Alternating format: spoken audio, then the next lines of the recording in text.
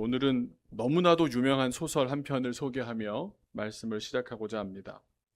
제목은 다들 알지만 막상 처음부터 끝까지 꼼꼼하게 읽어본 사람은 무척 드물다는 그 책, 바로 한국식 표현으로 나다나엘 호손의 주홍글씨 더 스칼렛 레터입니다. 영어 제목에 쓰인 이 스칼렛이라는 단어 혹시 어디서 들어본 것 같지 않으십니까? 스칼렛. 네, 고전 영화 바람과 함께 사라지다의 당찬 여주인공 이름이 스칼렛 오하라. 네, 다 즐겨 보셨었죠. 근데 요즘 젊은 세대들은 스칼렛 오하라 알아? 그럼 잘 모른다 그럽니다. 대신 최근 또 유명한 배우가 있습니다. 헐리우드 배우 스칼렛. 네, 알면 젊은 사람인데요. 네, 요한슨을 먼저 떠올릴 겁니다. 이름으로 쓸 때는 영어 스펠링 맨 뒤에 T를 하나 더 쓰기는 하지만 둘 다 같은 어원에서 나온 말로 아주 진하고 강렬한 빨간색을 뜻합니다. 그래서 더 스칼렛 레터, 한번 그 책에 나왔던 표지를 보시면 아주 강렬한 빨간색으로 A자가 써 있지 않습니까? 네, 저런 모습입니다. 그런데 우리말로 이 책이 어떻게 번역되어 있습니까? 주홍글씨, 주홍글자 이렇게 번역되어 있습니다. 제가 어렸을 때는 이 책을 글로만 읽으니까 비디오가 없었던 시절이니까 어릴 적에 이 색깔이 확 그려지진 않았습니다. 왜냐하면 주홍이라는 걸 어디서 본 적이 없거든요. 대신 주황색만 많이 봤잖아요. 그래서 이게 주황색인지 주홍색인지 이게 빨갛다는 건지를 잘 몰랐습니다. 하지만 한자를 풀어보면 이 단어가 왜 이 소설의 제목이 되었는지 그 무거운 의미가 선명하게 다가옵니다. 주홍은 한자로 보면 불굴주자에 불글홍입니다. 그러니까 붉고도 붉은색입니다. 첫 글자인 이 주자를 보시면 불다는 뜻을 둘 다 갖고 있지만 첫 글자 주자를 보시면 가운데 나무목이 숨어 있는 게 보이십니까?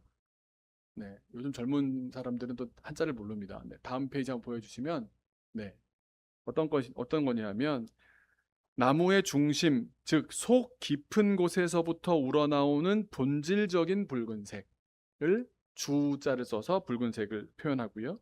반면에 홍자, 주홍 같다 할 때 홍자는 실사변에 보이시죠? 실사변의 장인공자. 다 아시는 줄 믿고 저는 진행합니다. 네, 뭐냐 하면 실에 직물하는 그 실에 장인이 물을 들인 색깔. 그러니까 원하는 색을 마음껏 이제 할 수 있다 보니까 겉으로 화려하고 선명하게 드러나는 붉은색을 말합니다. 그러니까 속도 빨갛고 겉도 빨갛다 할 수 있는 것이 주홍 같은 빨간색입니다. 그래서 누군가의 죄가 주홍 같다는 말은 정말 무서운 말입니다. 왜냐하면 죄가 그저 겉에 살짝 때묻듯이 묻었다는 뜻이 그 살짝만 이렇게 지우면 지워진다는 뜻이 아닙니다. 속 깊은 뼛속부터 붉고 홍, 겉으로 드러나는 삶까지 붉어서 속도 겉도 붉은, 완전히 붉은 죄인이라는 뜻입니다. 소설 주홍글씨는 한 사람의 인생을 이 뼛속까지 붉은 주홍빛으로 낙인 찍어 잔인하게 판단하고 짓밟았던 사건을 다루고 있습니다. 도대체 17세기 미국의 초기 정착촌이었던 이 청교도 마을에 무슨 일이 있었던 걸까요? 이 소설의 첫 페이지를 열어보면 아주 역설적인 어떤 장면이 묘사됩니다. 청교도들 여러분 다 들어보시긴 했을 텐데 어떤 사람들이냐 하면 타락해버린 영국 사회와 영국 교회를 떠나서 완벽하고 거룩한 세상, 하나님의 나라를 이 땅 위에 건설하겠다는 정말 강렬한 신앙심으로 죽음을 무릅쓰고, 그 당시 대서양 건너는 게 쉽지 않았지 않습니까? 죽음을 무릅쓰고 신대륙으로 건너온 사람들 아닙니까? 그런 청교도들이 신대륙에 딱 도착했습니다. 자, 그러면 제일 먼저 지은 건물이 무엇일까요? 네, 그때는 미팅하우스라고 썼답니다. 미팅하우스니까 미팅하는 곳이지 않습니까? 그래서 하나님을 만나고 주민들끼리 만나는 곳, 그래서 주일이면 교회가 되기도 하고 뭐 주민센터가 되기도 하는, 그래서 교회를 지었다고 할 수 있겠습니다. 분명히 교회를 제일 먼저 지었음에도 이 작가는 이걸 모를 리가 없는데도 자기 눈에 관찰되는 것을 씁니다. 뭐라고 하냐면 인간의 뼈아픈 현실에 주목하는 겁니다. 청교도들이 교회를 지어야 했던 만큼 급하게 지었어야 하는 건물이 두 개가 있었습니다. 교회 다음에 바로 지어야 되는 두 개가 있었습니다. 뭘까요? 네? 감옥과 공동묘지였습니다. 아니, 청교도들이 갔는데 교회를 지은 것과 동시에 감옥도 지어야 했고 공동묘지도 지어야 했습니다. 하나님의 나라를 짓겠다는 청교도들은 율법으로 완벽해지려고 했지만 아무리 목숨 걸고 노력해도 나의 열심으로 결국 솟구치는 인간의 죄와 피할 수 없는 죽음은 막을 수가 없었던 겁니다. 그래서 하나님의 나라를 짓겠다는 사람들이 교회를 지은 그 손으로, 똑같은 그 손으로 감옥과 공동묘지를 지어야 했습니다. 이곳은 율법이 시스템으로 작동되는 곳이었습니다. 그것이 또한 우리의 영적 현실이기도 합니다. 율법으로 완벽해지려고 아무리 목숨 걸고 노력해도 우리는 인간의 죄도 인간의 죽음도 막을 수 없는 우리의 영적 현실 말입니다. 제가 AI에게 이 소설의 첫 장면을 제가 한번 읽기 위해서 배경을 한번 그려달라고 했거든요. 한번 그려달 때 이렇습니다. 네, 이 문이 이제 감옥문입니다. 하나같이 칙칙하게 잿빛 옷을 입은 사람들, 정죄하고 찌르기 위한 쇠못이 박힌 차가운 감옥문, 이것이 율법 시스템의 사회를 보여줍니다. 그런데 그 무서운 감옥문 옆에 딱 하나 현장의 칙칙한 분위기와 아주 대조되는 생명이 피어납니다. 바로 주홍처럼 빨간 야생 장미가 덤불처럼 피어올랐던 겁니다. 율법은 죄인들을 감옥에 가두고 칙칙한 옷을 입혔지만 하나님은 그 감옥 문턱에서 절망하는 죄인들에게도 생명과 긍휼의 장미꽃을 피워주셨던 겁니다. 이 장면을 묘사하는 소설의 시작이 아주 인상적이어서 제가 한번 소설을 첫 시작 부분을 읽어보겠습니다. 제1장 감옥문. 네, 그 그림을 보여주시면 더 좋을 것 같습니다. 앞에 그림을. 네. 거무스름한 빛깔의 옷차림에 끝이 뾰족한 회색 고깔 모자를 쓰고 턱수염을 기른 사내들이 무리를 지어 머리에 두건을 쓰기도 하고 쓰지 않기도 한 아낙네들과 뒤섞여 어느 목조 건물 앞에 모여 있었다. 참나무로 튼튼하게 짠 문에는 장식용 무쇠못이 군데군데 박혀 있었다. 새 식민지를 건설한 사람들은 처음에는 인간의 덕성과 행복에 찬 어떤 유토피아를 꿈꾸었는지 몰라도 을의 처녀지의 일부를, 처음 개간하는 땅의 일부를 묘지로, 또 다른 일부를 감옥터로 떼어두는 것이 실제적으로 가장 먼저 해야 할 일이라는 것을 깨달았다. 그리고 조금 몇 문단 지나서 그러나 감옥문 한쪽에서는 거의 문턱까지 뿌리를 받고 자란 들장미 덤불이 6월을 맞아 보석처럼 아름다운 꽃송이로 뒤덮여 있었다. 자, 이제 이 감옥문이 열리고 등장하는 소설의 두 주요 인물이 있습니다. 첫 번째 인물은 이렇게 이름 지을 수 있겠습니다. 들켜버린 죄인. 그 장면, 다음 장면 한번 보여주시겠습니까? 네. 이 율법 시스템의 희생자 헤스터라는 여자입니다. 그녀는 결혼했지만 유럽 대륙에서 결혼했지만 홀홀단신 미국으로 건너왔습니다. 금방 따라오겠다던 남편은 2년 넘게 소식이 없습니다. 그런데 2년 넘게 혼자 사는 중에 딸을 출산합니다. 누가 봐도 발 뺄 수 없는 명백한 간음이었습니다. 간음 때문에 감옥에 들어갔다가 나온 그녀에게 마을 사람들은 이제 율법을 들이대면서 가슴에 간음을 뜻한 adultery를 뜻하는 A자를 붉은색으로 평생 달고 살도록 심판했습니다. 그녀가 겉으로 드러나는 홍의 주홍 글자를 달자 눈에 보이지 않습니까? 사람들은 계속해서 조롱하고 또 수치를 주었습니다. 율법은 죄를 정확하게 진단했고 그녀 역시 받아들였습니다. 하지만 율법은 거기까지였습니다. 율법이 그녀를 살려주지 못했습니다. 그녀를 철저히 고립시키고 보이지 않는 감옥에 가두어 인간 이하의 취급을 받으며 살게 만들었습니다. 그녀가 자기 손으로 그 A자를 한 땀 한 땀, 소설에 보면 자기가 다 자수를 뜨는 걸로 나오거든요. 한 땀 한 땀 바느질하고 가슴에 달 때 그녀 마음이 어땠을까요? 아마 그러지 않았을까요? 맞습니다. 제가 죄인입니다. 그런 처절한 고백으로 참회의 기도를 하지 않았겠습니까? 율법은 지켜졌지만 그녀는 감옥에 갇히고 사회적 묘지에 묻혀버리고 말았습니다. 살아도 산 것이 아니었습니다. 두 번째 인물은 아까 헤스터가 들켜버린 죄인이었다면 이번엔 숨겨진 죄인, 드러나지 않은 죄인, 그래서 이 율법 시스템의 수혜자, 딤스데일이라고 하는 목사입니다. 간음이라는 죄는 혼자 짓는 죄가 아니지 않습니까? 바로 이 딤스데일 목사가 공범이었습니다. 근데 어디 있냐 하면 저 그림의 저 뒤에 교회같이 생긴 건물에 발코니에 나와 있는 남자 보이십니까? 네, 자기는 높은 데 서가지고 내려다보면서 자기는 괜찮으냐 하고 서 있는 겁니다. 서형대 뒤편 교회 건물의 높은 발코니에 당시 매사추세츠주의 총독이나 고위 성직자들과 함께 서 있었습니다. 딤스데일 목사는 영국 최고 명문대 출신이고 고귀한 혈통이었고 수재였고 뛰어난 설교자였습니다. 게다가 소설에 보면 요즘 K드라마 남자 주인공처럼 잘생겼다고까지 묘사되었습니다. 요즘으로 말한다면 부모님들이 좋아하시는, 공부도 엄청 잘하는데 외모는 연예인 같고 매너는 또 겸손하고 목소리는 또 라디오 DJ 같았던, 한마디로 율법 시스템이 만들어낸 가장 화려하고 완벽한 완성형 인간이었습니다. 하지만 겉으로 보여지는 그의 모습과 달리 실상은 어땠을까요? 비참한 죄인, 그 이상도 그 이하도 아니었습니다. 죄책감으로 밤마다 피를 흘리며 살았습니다. 왜 피를 흘렸냐고요? 자기 손으로 자기 셔츠를 풀어젖히고 자기 가슴에 주홍 글자 A를 후벼 팠습니다. 아무도 모르게, 아무도 없을 때 셔츠를 열고 맨살에다가 뭐 도구를 썼는지 손가락으로 했는지는 뭐 소설에 나오지는 않지만 계속 후벼 판 겁니다. 내가 죄인이다, 내가 죄인이다. 그런데 참으로 무서운 것은 뭔지 아십니까? 이 율법 시스템이 갖고 있는 위선입니다. 딤스데일 목사는 진짜로 죄책감에 시달렸습니다. 그래서 결혼을 할 수가 없었습니다. 사람이 뭐라 그랬을까요? 아, 저분은 하나님과 결혼했다.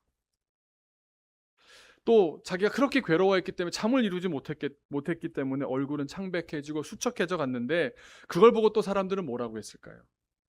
육신의 정욕을 이긴 십자가의 거룩함이라고. 괴로움에 못 이겨 강단에서 우회적으로 남아 나는 죄인입니다, 저는 정말 죄인입니다 라고 소리치면 사람들이 뭐라고 그랬겠습니까? 우리 목사님은 겸손하시기까지 하시니까 저분은 정말 성자다, 떠받들었습니다. 그는 주홍 중에 주, 속부터 빨간 주의 주홍 글씨를 새기고 살았던 뼛속까지 죄인이었지만 율법 시스템 안에서 자기의 위치가 기득권자였기 때문에 얼마든지 위선으로 자신을 포장할 수 있었습니다.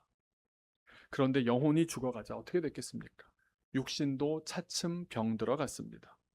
죽음을 직감한 그가 마지막 순간에 이르러서야 자신이 속여왔던 사람들 앞에서 가슴을 열어 자기의 주홍 글씨를 스스로 폭로하고 십자가의 은혜 앞에 엎드립니다.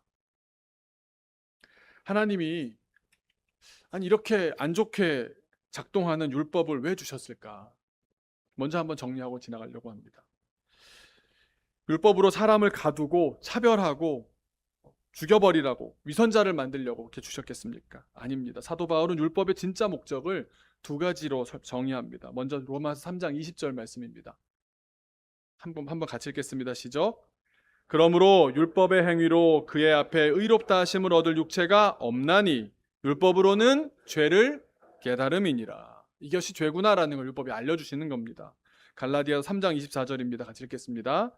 이같이 율법이 우리를 그리스도께로 인도하는 초등교사가 되어 우리로 하여금 믿음으로 말미암아 의롭다함을 얻게 하려 함이라. 옛날엔 몽학 선생이라고 나왔습니다. 그게 뭐냐면 귀족 자제 집안에 아예 어렸을 때부터 앞에 탁 붙어가지고 뭐 혼낼 거 혼내고 알려주는 참교육하는 선생입니다. 밥 먹을 때 소리 내면 안 돼. 줄 잘 서야 돼. 이런 것부터 하나님 앞에 먼저 기도부터 해야 돼. 이런 거 아주 따끔따끔하게 가르쳐주는 사람입니다. 율법이 그런 역할을 한다는 겁니다. 율법은 차별하고 정죄하라고 주신 무기가 아니라 내가 지금 정상적인지 병에 걸렸는지 알려주는 진단서 같은 겁니다. 제가 요즘 어떻게 이해하면 좋을까 생각을 하다가 이런 생각을 하게 됐습니다.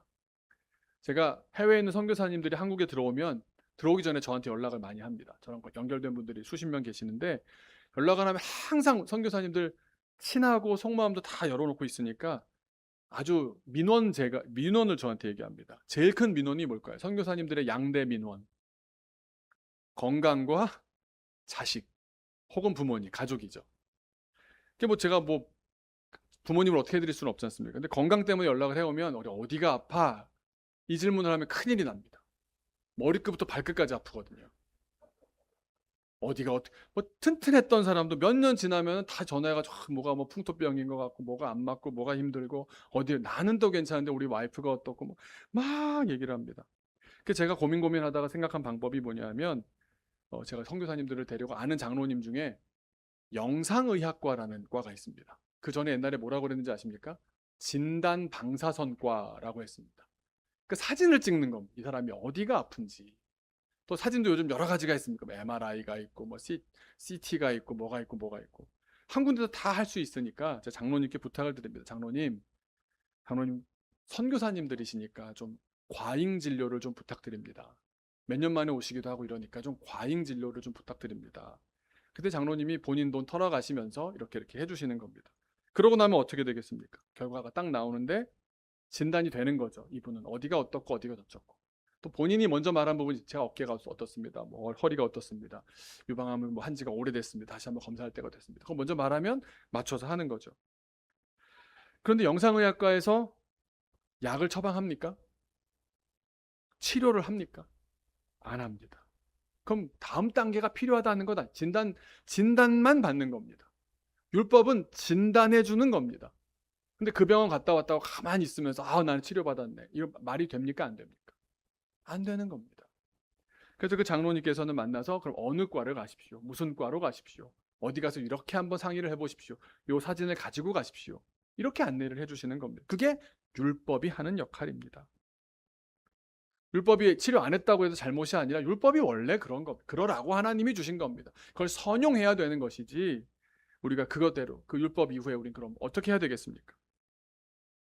율법으로 진단을 받아 무엇이 죄인지 무엇이 나의 문제인지를 알게 되었으면 이어 나를 살려주실 유일한 분, 나를 고쳐주실 분, 예수님께 나아가야 합니다. 예수님을 만나고 있으면서도 율법에 매여 있고 율법에 계속 매여 있다 보니 예수님은 생각도 못하고 있고 뭐 율법을 다 했으니 나는 예수님 없어도 된다고 생각. 다 잘못된 순서가 있는 겁니다. 그런데 율법의 기득권자들은 율법의 진단서를 들고 예수님께 나아가기는커녕 자기 기득권을 지키고 자기의 우위를 또 지위를 유지하려고 약자들만 가혹하게 감옥으로 무덤으로 몰아넣으면서 내가 그런 일을 하고 내가 그런 판단을 하는 사람이니까 나는 괜찮은 사람 같아 보이지 자신은 깨끗한 사람인 양 거룩한 척 행세했던 겁니다. 오늘 본문 마가복음 5장의 이야기가 바로 이 비극적인 율법만 작동하던 시스템의 현장입니다. 제가 이걸 이렇게까지 설명드리는 이유는요. 1세기 예수님 당시에도 그랬고 17세기 청교도들 그 믿음이 특별했던 사람도 그렇고 지금 우리도 똑같기 때문입니다. 우리도 자녀들에게 너 믿는 사람이라면 안 믿는 사람에게 또 내가 좀 도덕적으로 우월하다 그러면 이 율법 시스템이 반드시 작동됩니다.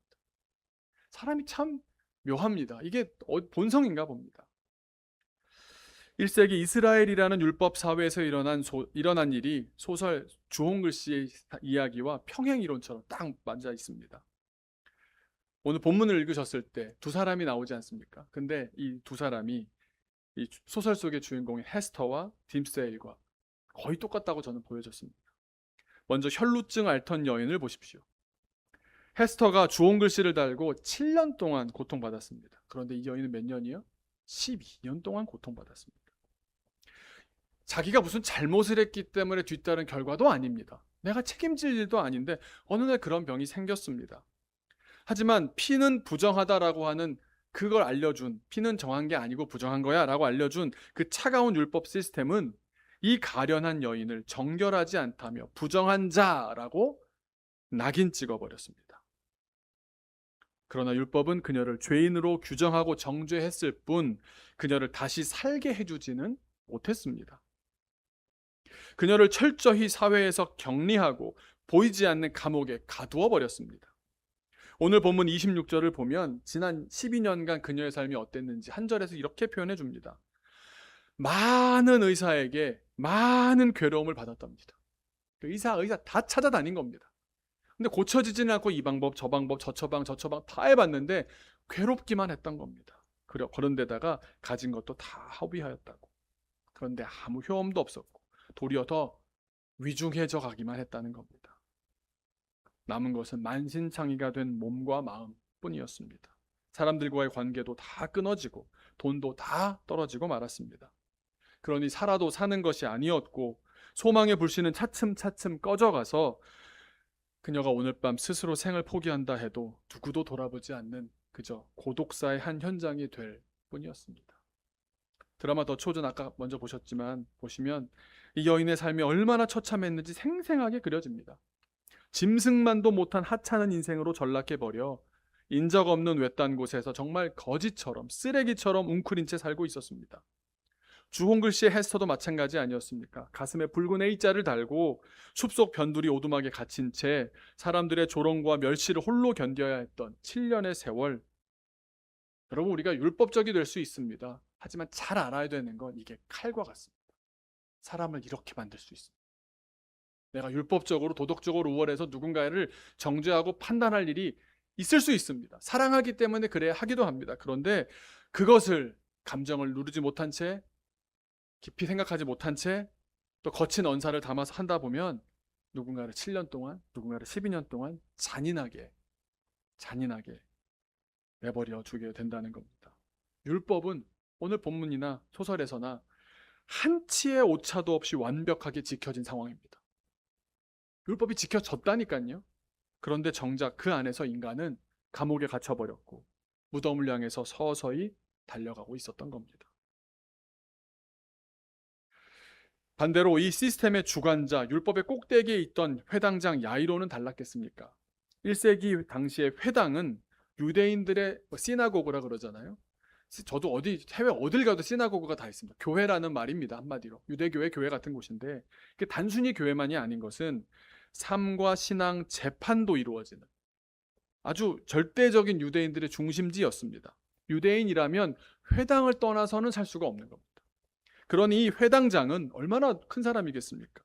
예배의 모든 순서를 주관하고 설교자를 결정하는 막강한 권위를 가진 최고위 평신도 지도자였습니다. 그러니 아무나 됐겠습니까? 완벽한 도덕성과 재력도 갖춘 지역사회의 어른이었고 누구보다 앞장서서 부정한 자를 앞장서 속아냈던 율법 시스템의 최고 기득권자였습니다. 딤스데일 목사랑 비슷하지 않습니까? 고귀한 혈통, 출중한 외모, 당대 최고의 지성, 사람의 영혼을 흔드는 천상의 목소리까지 갖춘 완벽한 성직자로 나오지 않습니까?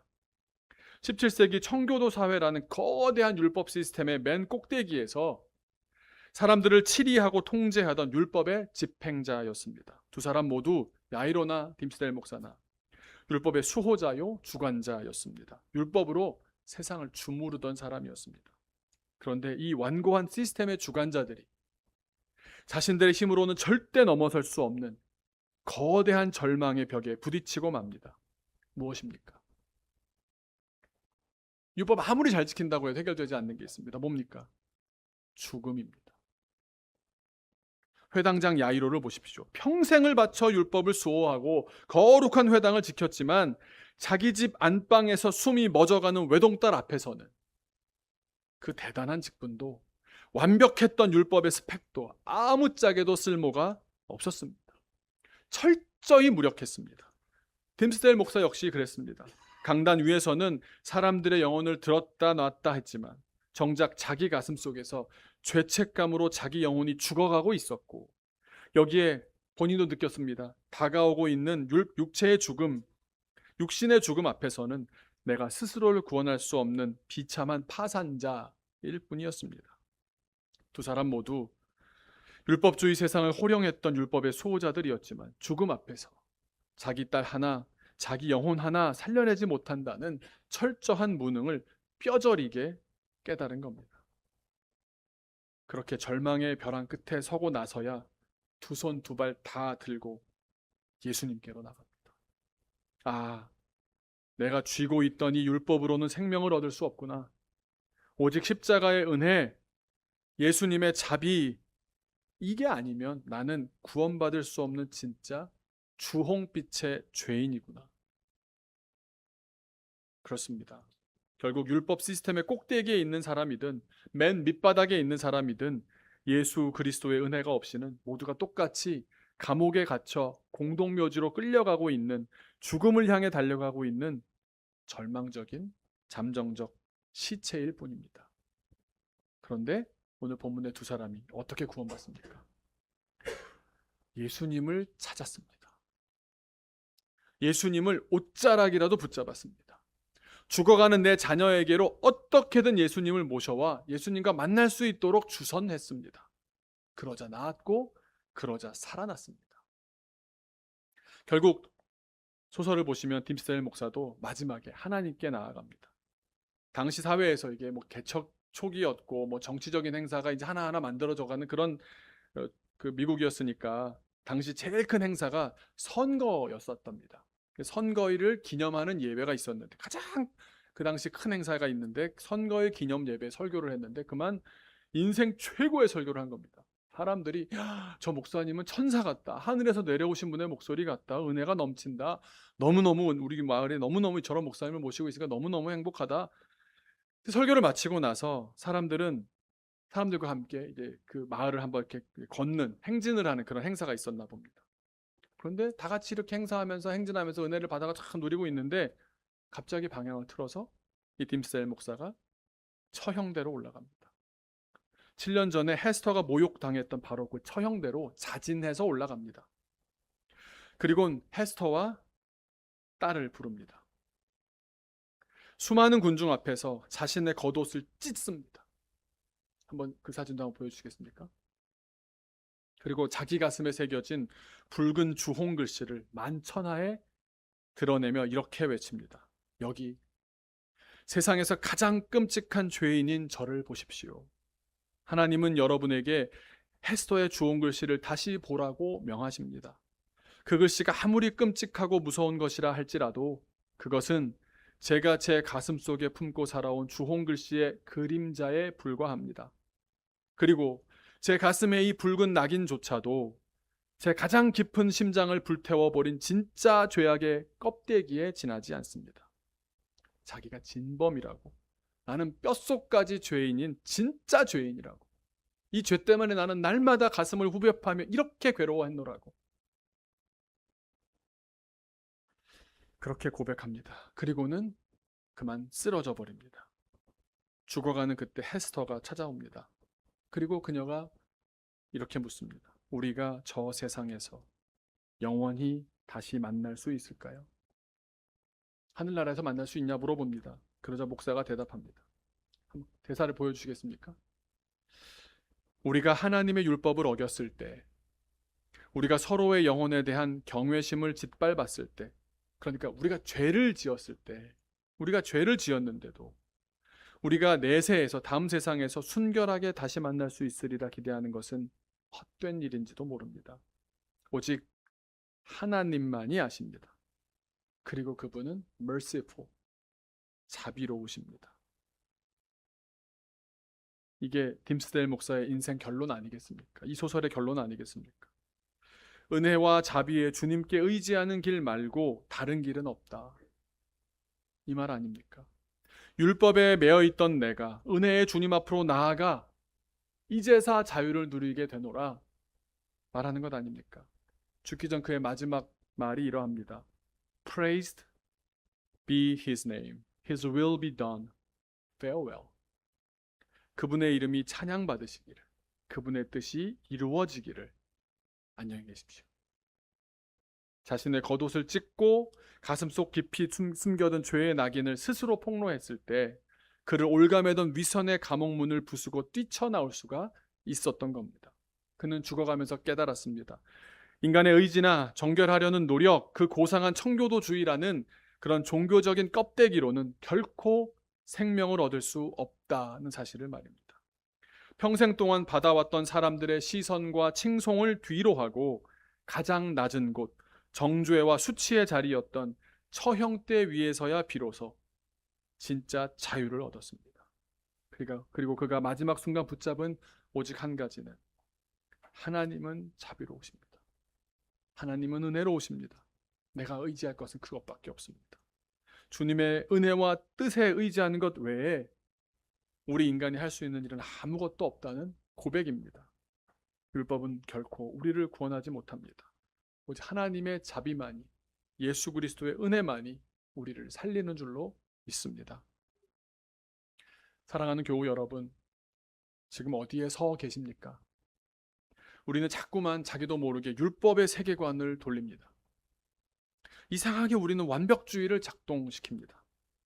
무슨 내가 완벽한 유토피아를 짓겠다고 자기도 지키지 못하는 기준으로 남을 판단하고 정죄하며 감옥에 가두고 묘비에 묻어버리기도 합니다. 저 사람은 이래서 안 돼. 이 사람은 그래서 안 돼. 저 죄진 사람 아니야? 내 손에 율법의 진단서를 들고 남들 가슴에 시뻘건 주홍글씨를 붙이고 있지는 않습니까? 하지만 기억해야 할 것은 지금 남을 정죄하고 있는 그 진단서에 적혀진 이름이 나의 이름일 수도 있다는 겁니다. 왜 불만이 없습니까? 왜 잘못 돌아가는 게 없습니까? 그 정죄하고 판단하고 손가락질하는 게 제일 쉬운 방법입니다. 하지만 그러는 사이에 죽어가는 사람들이 있다는 것을 기억하셔야 합니다. 12년 동안 부정하다는 낙인 속에 갇혀있던 여인을 보십시오. 그녀는 율법의 금지선을 넘어 오직 주님을 얻기 위해 옷자락을 붙잡았습니다. 주님 옷자락만 붙잡아도 내가 살리라. 그 간절한 사모함이 율법이 가둔 12년의 저주를 끊어냈습니다. 회당장을 보십시오. 자신의 고상한 사회적 지위와 완벽했던 종교적 스펙을 죽음 앞에서 다 내려놓았습니다. 야, 회당장이 예수를 불렀어. 저 길거리에 있는 무슨 뭐 야인 같은 예수를 저 회당장님이 부르셨어.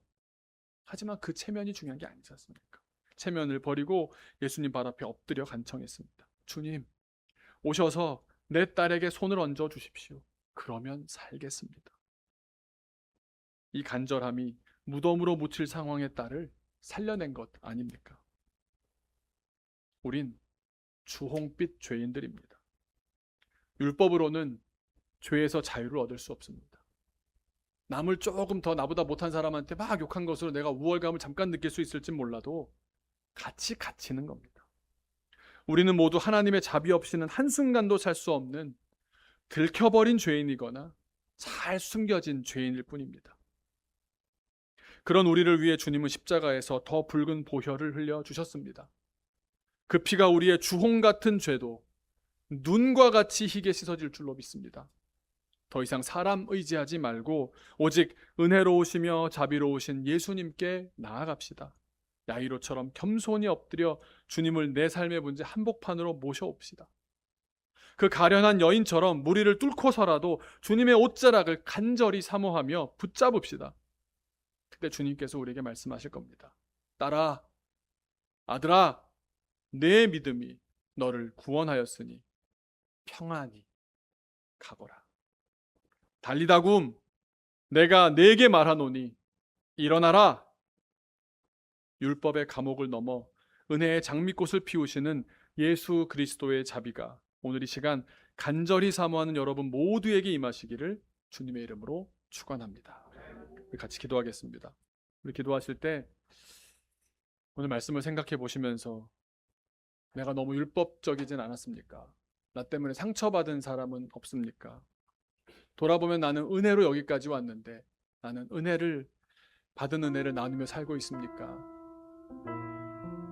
무엇 그렇게 완벽하겠다고 내가 세운 그 나의 세계관 속에서 세계관 협조하지 않는 사람들을 그렇게 정죄하고 판단하며 사셨습니까? 아니지 않습니까? 은혜로 주신 인생, 은혜를 나누며 살아가게 하여 주옵소서. 같이 기도하겠습니다.